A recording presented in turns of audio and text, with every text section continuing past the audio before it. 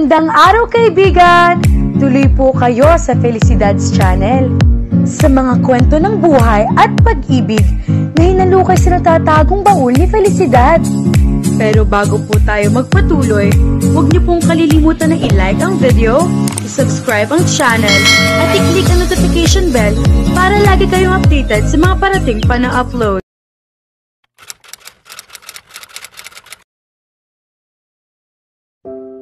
Nakatanaw si Rex Ventura sa pagsilang ng araw mula sa bintana ng ikalawang palapag ng Eagle Black Bureau Headquarters. Bilang dating Command Elite Leader ng Eagle Black Bureau, siya ang humalili kay General Alejandro bilang Commander-in-Chief nang magretiro ito. Sa loob ng 3 taon niyang pamumuno, ngayon lamang siya nakadama ng matinding pagkabahala sa kanyang matagal ng paglilingkod sa organisasyon. Isa sa kanyang pinakamahusay na elite agents, si Agent Joko, mas kilala sa codename na Ghost, ay biglang naglaho habang nasa gitna ng isang deep infiltration assignment. Sa huling komunikasyon nito sa Eagle Black Bureau, walang anumang senyales na maaaring may panganib na siyang kinakaharap o kung balak nitong magsagawa ng deep screening. Sa kanilang hanay, ang deep screening ay isang desisyong ginagawa ng isang agent kapag kinakailangang lumayo sa komunikasyon sa loob ng ilang araw upang maisakatuparan ang kanyang misyon ng walang balakid. Gayunman, alinsunod sa mahigpit na protocol, kailangang magbigay muna ng coded warning bago gawin ito. Isa ito sa pinakamapanganib na desisyong maaaring gawin ng isang agent. Napabuntong hininga si Rex. 3 araw na ang lumipas ng walang abiso mula kay Joko tungkol sa deep screening at hindi niya maiwasang isipin na maaaring nasa matinding panganib ito. O mas malala pa, baka wala na ito. Napakahalaga ng alarma save our ship sa ganitong sitwasyon. Ngunit may isang bahagi sa kanya ang tumatangging maniwala na patay na si Joko. Hindi hanggat wala siyang nakikitang ebidensya. Lahat ng mga nakasama ni Joko, bago pa ito naging opisyal na agent, ay tiyak na sasang-ayon sa pakiramdam niyang ito. Hindi niya basta-basta nakuha ang codename na Ghost nang walang matibay na dahilan. Bukod sa kaligtasan nito, inaalala rin niya ang impormasyong maaaring hawak na nito. Impormasyong hindi maaaring malagay sa mga maling kamay. Sa huling komunikasyon nito, sinabi ni Joko na malapit na ito sa ikatatagumpay ng misyon nito. Naramdaman niya ang mga indikasyon. Matagal na silang magkasama sa Eagle Black Bureau para hindi niya mahalata iyong pamilyar na kaba at excitement sa tinig nito kapag alam nitong malapit na nitong matapos ang isang misyong pinagbuhusan nito ng lahat-lahat na mayroon ito. Joko had always given his 100% in every mission he undertook for Eagle Black Bureau. Ano man ang dilim sa nakaraan nito, binibigyan iyon ng liwanag ng ginagawa nitong pagliligtas sa kaluluwa nito sa kasalukuyan.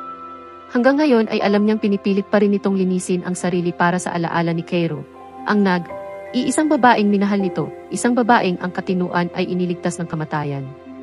Pero nananatiling isang buhay na alaala sa puso nito. Nakarinig siya ng katok sa pinto at pumihit siya roon. Pero hindi pa man siya nakakapagsalita ay humahangos nang pumasok ang kanyang asawa, si Dovie. Rex, dumating na ang hinihintay natin. It's coded save our ship. Inilagay nito ang hawak nitong papel sa kanyang kamay. Natanggap ito ni Professor through email. Buhay pa si Joko pero kailangan niya ng tulong. Saglit na pinagmasdan niya ang magandang mukha ng kanyang asawa. Nababasa niya sa mga mata nito ang pag-aalalang nararamdaman din niya. Sa pinto ng isang room, sumusulpot isa-isa ang iba pang agents ng Black Eagle Bureau. At sa bawat mukha ay nababanaag niya ang pagnanasa ng mga itong kumilos sa iisang utos. Joko had caused too much trouble for his family and for the Black Eagle Bureau in the past, pero sobra na ang naitulong nito sa ahensya para mapatawad nila ito ni Dovie sa mga kasalanang iyon at makuha nito ang respeto mula sa mga kapwa nito Black Eagle Bureau elite. He had done so much that he, like the other elite members of the Bureau, had become one of the strongholds of the Bureau. Alam niyang sina Agents Hawk, Chameleon, Professor, Dosi, Panther, Bug, Where at ang iba pang kasalukuyang nasa misyon ay itinuturing ng isang kapatid ang binata. What's the last relay? Tanong niya kay Agent Professor habang pinipisil niya ang balikat ng kanyang asawa. Naramdaman niya kaysa narinig ang relieved na paghinga nito. Nagprint na si Rourke. It'll be ready in the conference unit when we get there. Nagsisimula na siyang maglakad patungo sa pinto, kasunod ang asawa, habang ang mga agents naman sa pinto ay parang mga susyang robot na nagsimula na ring magsikilos patungo sa kanilang mga pupwestuhan. At sa puntong iyon nagsimulang umikot ang gulong para sa panibago na namang araw para sa Black Eagle Bureau Secret Intelligence Agency. What's wrong, Cassie? Akala ko ba ay lalabas ka ngayon? Nagtatakang tanong ng mommy ni Cassie na si Olive nang makita nitong nagmamadali siya sa pagpasok sa bahay. Tumawag kasi si Daddy, anya pagkatapos niyang halikan ito sa pisngi nito. Pinauwi niya ako kaya bumalik ako. May kaibigan daw siyang in-invite niya and he wanted me to meet him. Matagal na raw na hindi sila nagkikita. In fact, they're already here, nakangiting wika nito. Kasama ni Ruel ang kanyang mga anak. Nagulat siya. So you know him too? Yes, sambit nito, nangingiti na parang sa isang alaalang wala ng panahong tanungin pa niya tungkol saan ng mga sandaling iyon. But her mother provided a clue about what those memories were of with her next words. Si Ruel ang naging bridge ng iyong daddy sa panliligaw niya sa akin noon. He's that guy who went to military school after college. Nasorpresa na namang sabi niya. May ikinukwento paminsan-minsan ang kanyang daddy tungkol sa isang matalik na kaibigan nito noong college days nito na kasama nito sa halos lahat ng kalokohan. Pagkatapos ay biglang nagdesisyon itong maging sundalo noong makatapos na ang mga ito ng kolehiyo. Para sa isang taong sobra daw irresponsable at walang disiplina, nakagulat sa lahat ang desisyon nito. And then he gained rank years after years. Tuloy, ang tudyo rito ng mga kaibigan nito noon ay inubos daw muna nito ang lahat ng masamang singaw ng katawan nito sa labas bago ito pumasok sa loob. Yes, tumatango at tumatawang sabi ng kanyang mommy. Saka siya naging understood sa mga boses mula sa direksyon ng drawing room. May mga bisita na nga pala sa loob. Hindi niya napansin kung may sasakyang nakaparada sa labas. Malamang na sa parking lot sa likod ipinarada iyon. They received so many visitors almost every weekend, kaya bumili ang kanyang parents ng isang bahay na may maluwang na bakuran at may parking space para sa mga sasakyan ng mga bisita sa harap at likod ng property. Her mom came from a family of addicted hosts and hostesses. Madalas na biro niya rito. Kasi naman, hindi ito mapalagay kung dumaan ang isa o kaya ay 2 linggo na wala itong in-entertain na bisita sa kanilang bahay. Tumingin siya sa kanyang damit. Patungo sana siya sa isang despedida party para sa kaibigan ng isang kaibigan, and it was just a casual party. She was wearing a loose and short green dress and her hair was down. Nagduda siya kung bagay iyon sa pag-entertain ng mga bisita sa bahay o hindi. Mommy. Tatanungin sana niya ang kanyang mommy, pero tanging ang pangalan nito ang nasambit niya dahil sumabad na roon ang tinig ng kanyang daddy na tumatawag sa kanya. Cassie. Anak. Nagpalitan sila ng makahulugang tingin at ngiti ng kanyang mommy. Her dad's voice sounded as excited as a child's. Nakaangat ang kanyang mga kilay sa amusement at nanatili ang kanyang ngiti sa kanyang mga labi nang pumihit siya sa direksyon ng drawing room. I am here, Dad. Halika, anak, halika, tuwang-tuwang tawag nito. The carpet on the floor muted his footsteps, pero ang palapit na boses nito ang nagbabala na malapit na ito. Maya-maya nga ay lumabas na ito mula sa kanto ng hallway. Daddy. Halika. Quick utos nito habang inaabot nito ang kanyang kamay. May ipapakilala ako sa'yo. And she was literally dragged from the front foyer to the drawing room. Sa gilid ng kanyang mga mata, nakikita niya ang isa pang babae at isang lalaki sa kabilang sofa. Since she knew that the older man was that precious friend of her parents, dito muna niya itinutok ang kanyang atensyon. Sa unang tingin, ang nakita niya ay isang lalaking may matipuno pa ring pangangatawan sa kabila ng edad nito. He had gray hair, an open smile and intelligent eyes. Nakaupo ito sa isa sa mga armchairs sa maluwang na room kung saan tinatanggap nila ang kanilang mga bisita. Noong tumayo ito, nakilala niya ang di maipag, kakailang built at poise ng isang sundalo. Hello po, bati niya rito nang makalapit na sila sa set ng mga armchairs. Kumusta po kayo? Sabi niya habang inilalahad niya ang kanyang kanang kamay. Ruel, this is the only daughter, Cassandra, sabi ng kanyang daddy. We call her Cassie. You've turned into a beautiful woman, natutuwang sabi ng matanda. Muli ay napaangat ang kanyang mga kilay. Meaning you've seen me when was young, nagtatakang tanong niya. Hindi, anak. We used to send him pictures.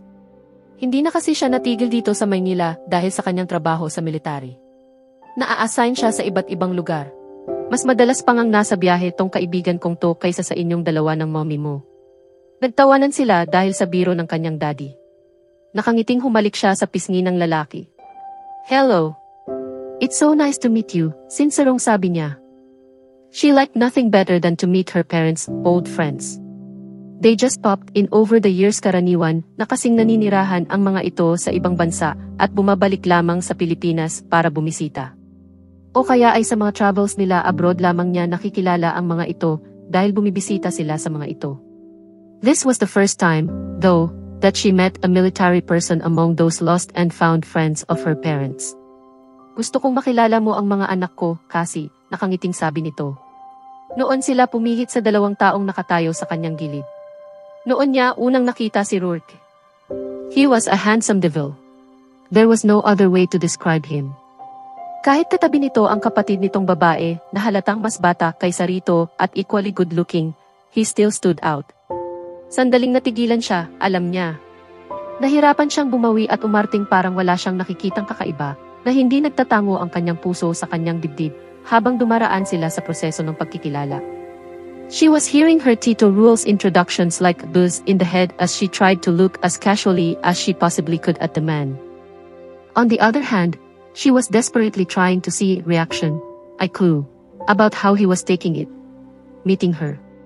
Dahil pakiramdam niya, para siyang dinaanan ng bagyo.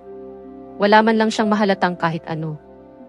His eyes were looking directly at her face, his gaze was steady, and his smile was polite. When their hands shook, his grip was firm and nothing else. Binitiwan nito ang kamay niya sa oras, at noong ang kapatid naman nito ang ipinakikilala sa kanya ng ama ng mga ito ay ibinigay na nito ang atensyon nito sa ibang bagay, katulad ng sa pag-uusap ng kanilang mga magulang, sa furniture, o kaya ay sa mga kamay nito sa hita nito noong nakaupo na silang lahat. But not on her. He looked at her only when he needed to, and he never looked at her longer than necessary. He spoke directly to his father or his parents when spoken to walang ginawa nito na wala sa lugar, o lampas sa lugar, at hindi dapat. He was perfectly normal. Habang siya, sa kanyang kinaupuan, ay hindi mapalagay. For almost all of her life, she was trained to be a good hostess by her mother. She knew the graces, knew how to tone the mood, knew how to wrap things up as graciously as a well-bred princess. At iyon lang ang mga dahilan kung bakit nagawa niyang malagpasan ang gabing iyon. Dumating at dumaan ang dinner, ni hindi man lang sila nakapag-usap ng binata ng direkta sa isa't isa. Ni hindi nagtanong ito ng kahit ano tungkol sa kanya, unlike his sister who was like a breath of fresh air. Mabait at friendly si Min, at halatang inawi ito sa kanya. Hindi naman normal sa kanya ang paghahanap ng atensyon, pero nakakaapekto sa kanya ang pang-i-snub ng kuya nito, kaya siguro naging grateful siya sa pagkagiliw na ipinakikita sa kanya ng dalagita. Hindi rin naman kasi normal iyong masnob siya ng ibang tao. She knew she was a beautiful woman. All her life, she had seen people's admiring looks, admirers' genuine appreciation. And she was used to it. It was something she had been taking for granted since her mother said that looks were secondary to what was beautiful in the mind and last to the beauty that was in the heart. Ang problema, nang gabing iyon lang niya unang naramdaman ang matinding desperasyon na makatanggap ng kahit munting indikasyon na nakikita ng lalaking ito ang ganda niya at ang iba pang mga qualities na maaaring i-offer niya. He was affectionate to his sister and just barely tolerant of her. Parang naaasiwa pa nga ito sa kanya. Hindi niya alam kung maiinis o mainsulto siya. Pagkatapos ng dinner ay natuloy ang kwentuhan sa sala. Noon siya nagkaroon ng pagkakataong makalapit sa binata. But it was not of her own doing. Unang tumayo ito, in-excuse ang sarili at nagdahilang magpapahangin daw muna sa terrace. Pagkalabas nito ay nagpaalam din si Min, ang kapatid nito, saka siya niyayang lumabas. We'll get bored here, sabi nito habang kumikindat ito sa kanya. Puro matatanda na kasi ang nag-uusap, pa-stage whisper pang dagdag nito, dahilan kung bakit nagtawanan ang mga matatanda. Napahiya siya ng lihim. Parang si Minnie ang nagiging hostess. Nahalata ba nitong nagkakaroon siya ng mga lapses? Na dahil sa pamumroblema niya sa kuya nito ay natutulala siya. She promised herself that once they were outside, ibinigay niya rito ang kanyang buong atensyon. She seemed like a good person and she had liked her on first sight, too. Kung hindi lang dahil sa gwapo pero supladong kapatid nito, siguro ay masaya na silang nagkukwentuhan ng mga sandaling iyon. Pero nadismaya siya at muli ay kumabog ang kanyang dibdib na sandaling napahinga pagkatapos lumabas si Rourke, nang sa halip na humiwalay lang sila sa mga matatanda kung saan lang ay sa terasa siya hinila ni Min. There, sabi nito, satisfied, nang nakatayo na silang magkatabi sa railings. Now I can ask all the questions I want to ask without father always shooing me. Pinilit niyang ngumiti habang pinakikiramdaman ang lalaking nasa kabilang dulo ng terasa. It was as if she could develop an eye at the back of her head if she would concentrate enough. Muli ay tila nahalata na naman ni Min ang preoccupation niya nang sandaling sinulyapan niya ng may pagkaasiwa si Rourke sa dilim kung saan may kausap ito sa mahinang tinig sa cellular phone nito. Maybe after he was done with his call, he would come over. Asa ka pa? Baka naman nahihiya lang ito sa kanyang mga parents, kaya hindi ito masyadong lumalapit.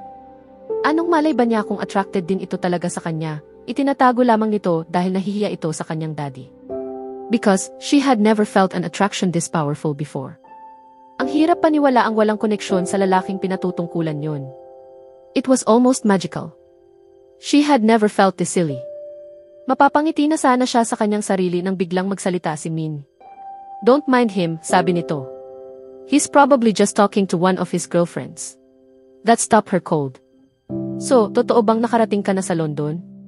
I've always wanted to go there. What about? Sa kanyang isip, nakikita niya ang kanyang sariling maihawak na martilyo, pinupukpok ang kanyang ulo. Stupid, stupid, stupid. Boink, boink, boink. Sabi ng martilyong tumatalbog. And before she could look and feel like a total loser, pinilit na talaga niyang ibigay kay Min ang kanyang buong atensyon. Mga ka-felicidad, mas titindi ang tensyon sa Eagle Black Bureau habang sinisimulan ang rescue mission para kay Joko, na maaaring nasa gitna ng isang patibong. Samantala, patuloy na mababagabag si Cassie sa malamig na pakikitungo ni Rourke, ngunit isang hindi inaasahang pangyayari ang maaaring magpabago sa lahat. Abangan natin sa susunod na kabanata.